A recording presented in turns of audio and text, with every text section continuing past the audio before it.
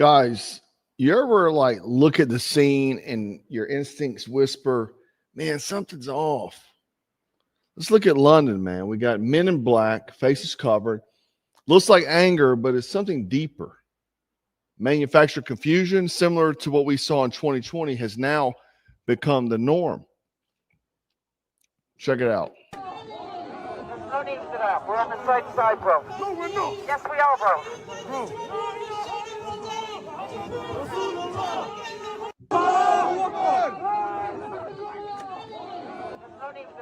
Right, so this is what you're looking at is Tower Hamlets, East London. Right, this is a March counter protest that took place this Saturday, 25th. The context is that there was a planned demonstration by the UKIP that was actually banned in the area. And you may say, well, what is the UKIP?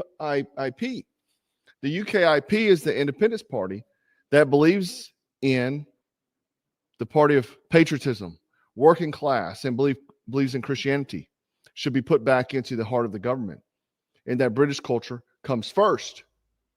No surprise that got canceled, because the erasing of Christianity, the attack of Christianity, is now in our faces. Okay, what we've seen, this is similar to what we saw in 2020 with the InFact crowd. So these guys have different motives. You heard them chanting, right?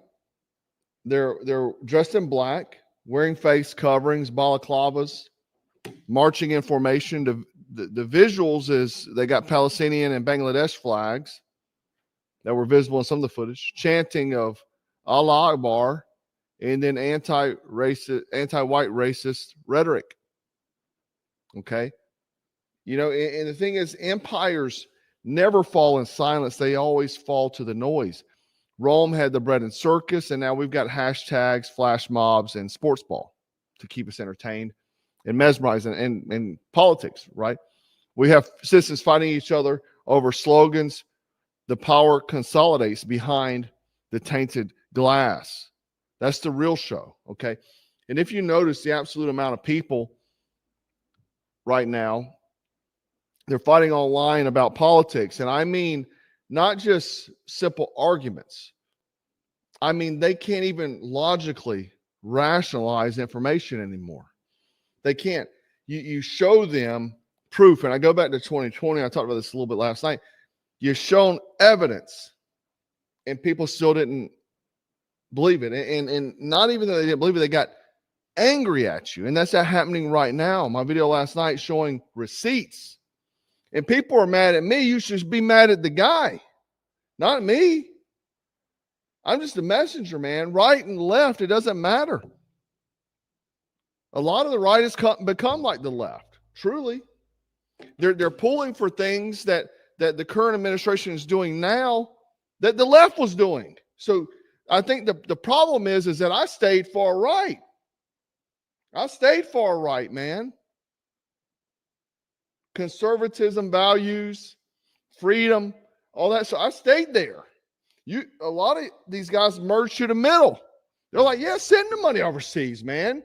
Daddy said to. It's okay. Argentina needs the money. And that's where we are, man. I'm going to tell you a quick story, though, before we get into some other alarming things. Okay. There's this lady, okay? I knew these people. This is not some story, some parable I heard. This is people I know. She was married, and her husband worked at the same place, okay? He was actually having multiple affairs. He wound up getting 2 women at the workplace pregnant. A friend that also worked there, a friend to the wife, caught wind of this and told the wife. The wife got so upset at her, said that she was lying. The wife went to HR and got the lady fired. Later, it turned out to be true. The wife now has a husband. She's still married to him. He's got kids by 2 other women, and she allows the husband to go over and spend time with the newborns. I mean, it's not the kid's fault, you know. But that absolute craziness in that. The lady came as a friend and said, hey, this is what's happening. Your husband, he's betraying you. He's got 2 women pregnant, and she attacked her, got mad at her, got her fired. Okay. And that's a true story.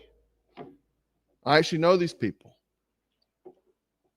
That's actually how I feel lately. I feel like I'm the friend that's trying to tell you you've been betrayed. And you're spitting in my face because I'm showing you the facts. I'm showing the facts, the receipts, right? And I'm just going to bring this up. I wasn't planning on even mentioning this, but this guy attacked me on Instagram earlier and said that I was taking Qatari money. Trust me, nobody's offering me money. I promise you not. They're not. Ukraine did, and I told them to go after themselves. You saw the email thread between me and them. So it was out in the open. Ukraine government media. Anyway. And so the thing is like this dude is saying, and it's because I posted a clip from last night's video talking about the Trump's making a lot of money, right? Since presidency. And so the guy is like, you're taking Qatari money, because I'm also been complaining on Instagram as well as here about us sending foreign money, whether it's Ukraine, Argentina, Taiwan, and I mentioned Israel. And you can't, if you say that, you're pro-Islam, I guess. I don't have to be either one. I can call balls and strikes on everybody. But the thing is that then I showed this guy, Qatari. I didn't even know this, dude. I just searched it. Trump cut them a $1.3 trillion deal back in March. I did not know that. Okay. And I said he's built, and I showed the news information, the clips, that he's building a golf course there. He gave them a security guarantee, meaning that they're not in NATO, but we will protect them at all costs. We will send our military, young 18, 20-year-olds, to go spill blood for this country that we have no affiliation with, as well as a few other business deals that are taking place with Qatar. And so that's the thing. Like I showed the receipts, the guy still attacks. You know, and it's crazy. Like he's the guy taking Qatari money, if anybody is. It ain't me. But that's the thing. People are so blindsided, like they will not accept reason. Just like I showed the Yuri Besenov clip last night. People will not accept reason. And then people will say, well, you can't complain about Trump unless you want Kamala. That's not the argument. That's not the argument. God, I told you guys I'd be in the gulag if Kamala was president, right? But I guess at the end of the day, really nothing's changed, because Biden was giving money to Ukraine, Israel, and it's still happening. And pretty much the same thing, other than the border is getting taken care of, which is good. Okay. And I talked about that because the Biden open door policy that happened. And I don't think that was by chance, right? Every empire that wanted total obedience started the same way, man. They create disorder and then sell stability. Okay. History calls it problem, reaction, solution. Ancient emperors would stage grain riots to justify curfews. The 20th century gave us covert stay behind network operations, Gladio in Europe, where violence and fear made people beg for stronger states, right? And in the 21st century, digital platforms, they do it cleaner. No bullets, just algorithms. Okay. So remember 2020? Everybody forgot about that. What was going on? People also got the Patriot Act, right? The Patriot Act, I was thinking this event happened. Now let's spy on every American. Okay. But if you want to look at things in a broader sense, the Agenda 2030, okay? I know we've talked about this a lot before, Agenda 2030. Sustainable development, launched in 2015. Okay. The Great Reset, whatever label you want to stick to it, the pattern is identical: disrupt, confuse, centralize. They don't need to conquer land when they can occupy your attention. They've already destabilized Europe. We've seen it. Okay. They've tried here with the help of Biden's open borders.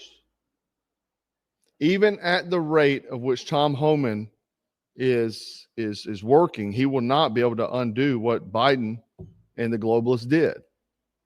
And also you have to look at that Trump is going to bring over 600,000 Chinese for taxpayer funded student loans, scholarships. I mean, he just announced that a few weeks ago. I did a video about it. And so, I mean, it's almost like we're just trading, if you will. So it's not like it's going to fix anything. Okay.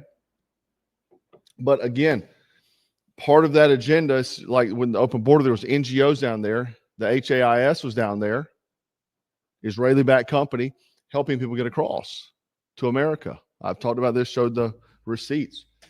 And so I think there's many players to the game.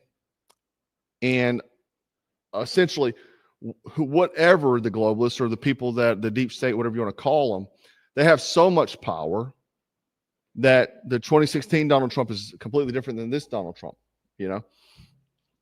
And I think that like for me, I'd have to look past a lot. It was Epstein list, first off. Like, and I see people comment saying, I'm not really worried about that. You're not worried about that. First off, it's disgusting. These people need to be in prison. Bill Gates is on that list a tremendous amount of times. It just came out the other week from the DOJ. And we're having dinner. He's supplying money for the ballroom. It's like you get in bed with the snakes. And really what I believe now is that no matter who it is, with whatever good intentions, so they go to Washington, it's just the deep state or whoever these people are, the globalists, the intelligence agencies, whoever these people are, foreign countries, our closest ally. There's multiple players to the game, I believe. I don't think it's just a singular one. I think there's multiple. And from what my research has shown, that it's multiple people all looking for the same destination. We're a couple years away from 2030. They're already making those moves. You can see it, okay? Now, if we look across to the Atlantic, we're going to see another mask. California midnight. A doorbell camera catches men shouting FBI, vests, rifles, badges. I don't think they had rifles. They had pistols. Sorry. But except they weren't agents. They were thieves using the government's own costumes. When criminals and authorities look identical, trust collapses. It's the same tactic used by insurgents and intelligence ops for decades. They've used it.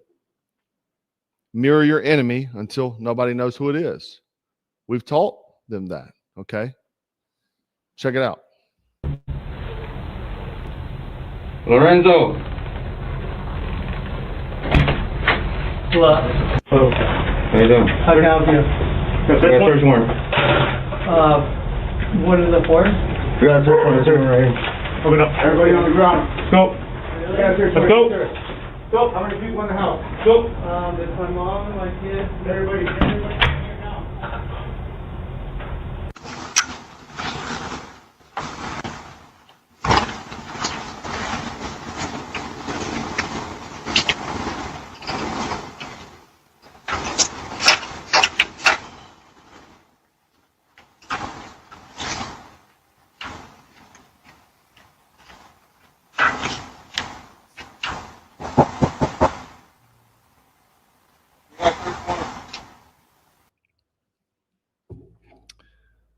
Citizens freeze, man. Officers hesitating. The hesitation is a space where tyranny grows, right? Once fear takes root, governments double down. No knock raids. We've seen it. Wrong addresses, innocent people shot because everybody's jumpy.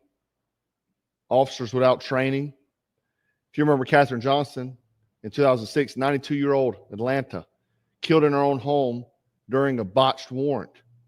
You fast forward to the Air Force, he was in Florida, the airman. I did a video on this, a detailed dive on this. I showed the video. 2024, same script. The officer knocks, gets out of the way of the peephole, right? So the guy, he's on FaceTime with his girl back home. He goes and looks, doesn't see anybody. Knocks again, no acknowledgement. So what does he do? He goes and gets the strap. Comes to the door, opens the door. All of us would do this. We would all do this.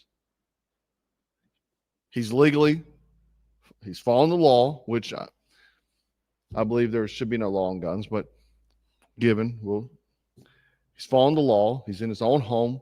There's a suspicious man at the door knocking. He can't see who it is because the officer's hiding himself and not announcing who he is. So when he opens the door with the strap, officer pops him. Confusion and death. And every mistake like that erodes faith. And when faith dies, compliance replaces it. You stop expecting justice. You just hope it isn't your turn. That's not public safety. That's population management. Now, if you look at the timeline, man, the 1940s, the Gladio, right? Fear to justify militarization. Go look it up. 1950s to the 70s, MK Ultra, experimenting with obedience and perception. And they're still doing it, just another name. 2001, like I mentioned earlier, Patriot Act, panic births, permanent surveillance, forever. 2020, the pandemic, protests, blackouts, each one tightening the digital chains, as well as we still have a lot of the freedom of speech laws, fact checkers, and so on. Every crisis extends the leash. Some countries, they already rolled out the biometric IDs. Financial tracking is already happening with institutions within the U.S. We're going to start seeing AI-scored behavior. It's the same playbook, but with new tech. You're not meant to feel safe. You're meant to feel managed. And that's what all of this is. Chaos is for management. So what do? People ask me what I do. Tell you what to do all the time. You train clarity. You verify everything. If someone pounds on your door, screaming police, check through the glass. You can't see through the peephole. Go around, check, call dispatch, verify badge numbers, right? Layer your home, lighting, cameras, locked interiors. Keep your gear stage, right? Have the strap ready to go. Plate care if you run those, NVGs, whatever. The full Minuteman kit, have it staged, ready to go. Be able to put on your body in less than 30 seconds. Be ready to rock and roll. But keep your temper under control, okay? Prepared doesn't mean paranoid. I hear that all the time. People say, you're paranoid. Being prepared is not paranoid. You buckle your seatbelt. You have fire extinguishers. Are you paranoid or are you prepared? It means you've already decided you won't freeze when the chaos knocks. Mentally, you build firewalls. You recognize when fear is being weaponized against you. I talk about this all the time. It's happening now. You study history so you can spot the pattern early. That's why if you watch my videos, I always give you a historical reference to how this has already happened before. People that watch me nightly, they know. I always give you historical references of what has happened. It's already happened before. They're just using the same old tired playbooks. You look at the disruption, the chaos, it happens everywhere. The same playbook that's happening here is already happened in Europe. It already happened in Venezuela. They already won. And so you got to detect the pattern early. Every civilization that forgot discipline was conquered without a fight. Rome rotted from the inside. The Soviet Union collapsed when people stopped believing the official story. Today, belief is the new battlefield. You can't ban courage, so they distract it. They can't outlaw faith. Well, they're trying to, just like the rally that was going to happen in the UK. And if they can't outlaw it like they're trying to do, they mock it. They mock it. They mock Christianity. They've made it. And then what has happened in the Western culture of Christianity, because it's not the same everywhere else, it's just here. They tell you that you have to be solely focused on your chosen or the chosens or your closest ally. They're the chosen people. And that nothing, that is your mission, support them, no matter they don't believe in Jesus Christ. They also tell you constantly, turn the other cheek. Turn the other cheek, man. Get trampled on. Just turn the other cheek. They try to paint Jesus as some weak individual. It's not the case. If you read the Bible, you see it plain as day. During that time, he told his disciples to sell their cloak and buy a sword. Your cloak during that time was one of your most important items, your most important pieces of kit. It was your shelter. They were nomads, nomadic. It was their shelter. What's more important than a shelter? A way to defend yourself. And then people will try to counter that. Well, he said, if you live by the sword, you die by the sword. Yeah, because if you're out there looking for violence, you're going to find it. That's what he was saying. If you go out there looking for it, you're going to find it. And then it's like, I did a video a while back. They can't erase masculinity because it's naturally in our DNA. They would try with various environmental plastics, various compounds and things we eat to lower the testosterone. That's why everybody has to go on testosterone replacement therapy now, or they've got terrible testosterone levels. So what do then? They redefine it as a flaw, toxic masculinity. You see the new guys that did a video on this a while back where they have, Alan Richardson, the new masculinity. He's muscled up guy, but he's left as can be, right? David Batista, these sort of people that want weakness. The thing is that your job is simple. Remember who you are. Family first, faith firm, and facts are verified. Now, London to America, right? California suburbs, the same script runs: confusion, imitation, control. You can't stop the storm, but you can train for it. And when every mask looks the same, or every uniform looks the same, or costume, you got to have clarity, man. You got to stay frosty. You got to stay strapped. You always got to stay dangerous. Black Scout.